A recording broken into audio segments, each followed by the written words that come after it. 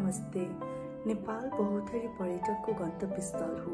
हिमाल तथा पहाडको आनन्दका लागि, मैदानी ताल तलैया जनावर एवं चराचुरुङ्गीका लागि, चित्रकला, धातुकला, काष्ठकलाको लागि, भाषा, लिपि तथा संस्कृतिका लागि, योग, ध्यानका लागि, वेद, त्रिपिटक, मुन्दुम तथा लिउटा पेहटाको अध्ययनको लागि, विभिन्न दर्शनको दैनिक प्रयोग जान्नका लागि हामीसँग यी कुराको तथ्यगत जानकारी छन्, कथ्यगत अनुभूति छन्, योजना बनाउने तरिका छन्, पर्यटकीय व्यवसाय गर्नको लागि सम्भाव्य जानकारी छन्।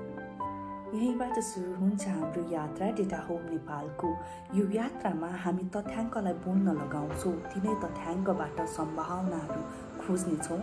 पर्यटनमा, शिक्षामा, स्वास्थ्यमा, अन्य क्षेत्रमा। युट्युबको हरेक श्रृङ्खलामा केही न केही सम्भावनाहरू खोज्नेछौँ। यी सम्भावनाहरू मार्फत व्यक्ति, समूह, विदेशमा बसेका नेपाली, संस्था लगायत जो कोहीले आफ्नो लागि योजना बनाउन र आर्थिक निर्णय लिन सक्ने आधार तय गर्नेछौँ। यस श्रृङ्खलामा हामी यहाँहरूलाई datahomeNepal.org मा के छन् त भन्ने कुरा देखाउनेछौँ। यसका लागि www.datahomenepal.org मा क्लिक गर्नुहोस्।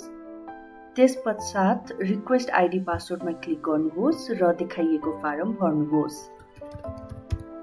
र सबमिटमा क्लिक गर्नुहोस्।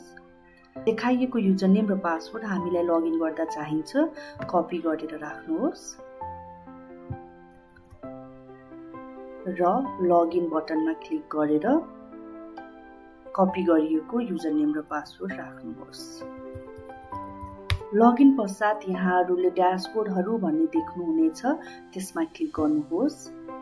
अहिलेका लागि यहाँहरूले दुईवटा विषयमा ड्यासबोर्डहरू देख्नुहुनेछ। पर्यटनसँग सम्बन्धित अरू ड्यासबोर्डहरू हामी बिस्तारै थप्दै जानेछौँ। यहाँहरूले डेटालाई विभिन्न तरिकाबाट भिजुअलाइज गर्न सक्नुहुन्छ यदि यहाँहरूको आवश्यकता त्यो हो भने।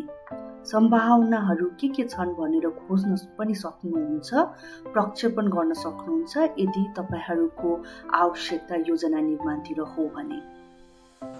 अर्को श्रृङ्खलामा हामीले यही ड्यासबोर्डमा रहेर चितवन राष्ट्रिय निकुञ्जको बारेमा जानकारी दिनेछौँ।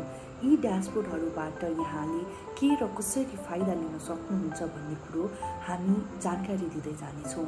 हाम्रो श्रृङ्खला हरेक सोमबार बेलुका 7 बजे पोस्ट हुनेछ। सुझाव दिनुहोला, यहाँहरूको अपेक्षा भन्नुहोला, त्यसको उत्तर हामी खोज्नेछौँ। धन्यवाद।